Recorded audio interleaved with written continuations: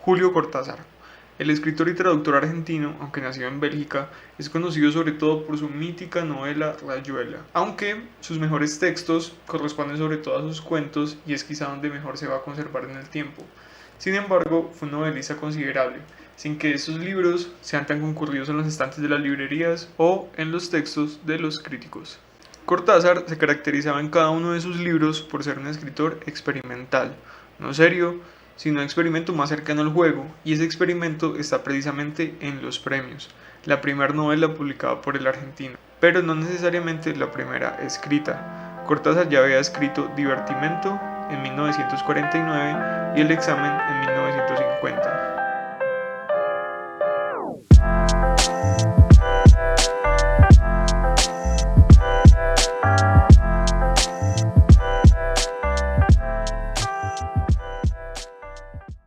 Los premios tienen lugar en Buenos Aires, Argentina, o al menos es el único lugar concreto, puesto que los personajes se ganan una especie de lotería para un viaje, pero en el que no saben para dónde van. De hecho, pasan demasiado tiempo sin siquiera salir del puerto. Aquí entra el principal juego experimental, los personajes. Son muchos personajes.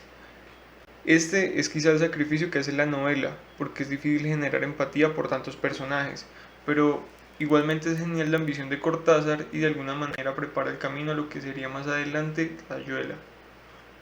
La historia está dividida por 5 capítulos: prólogo, primer, segundo y tercer día, y epílogo. El viaje, de hecho, más que geográfico, es un viaje por los personajes y se puede ver en los días, que son solo 3, porque no recorren un gran espacio, sino que el movimiento es entre los tripulantes y sus relaciones. El epígrafe de Dostoyevsky, que será el inicio, nos remite a ellos.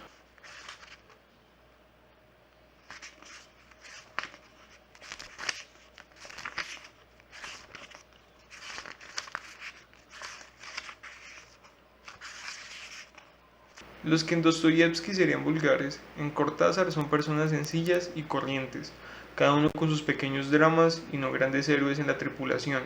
Incluso uno de ellos lo afirma, Medrano.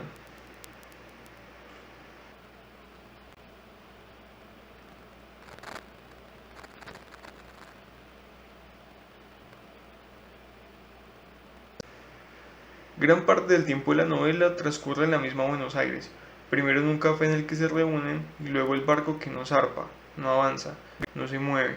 No hay ningún oficial que represente la Magenta Star hasta muy entrado el libro. Para colmo de males, no se puede avanzar a popa, y es el misterio que más conflictúa a los personajes, sobre todo a los hombres. No se sabe exactamente a dónde van, el motivo mismo del viaje es extraño, la suerte de lotería.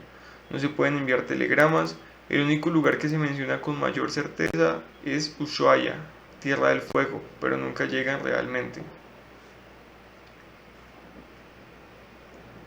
Por otro lado, hay quienes no les importa tanto para dónde van, como a Claudia o Paula, quienes en ocasiones demuestran un mínimo interés por esos vacíos. De hecho, pareciera que lo disfrutan viajar sin conocer el destino.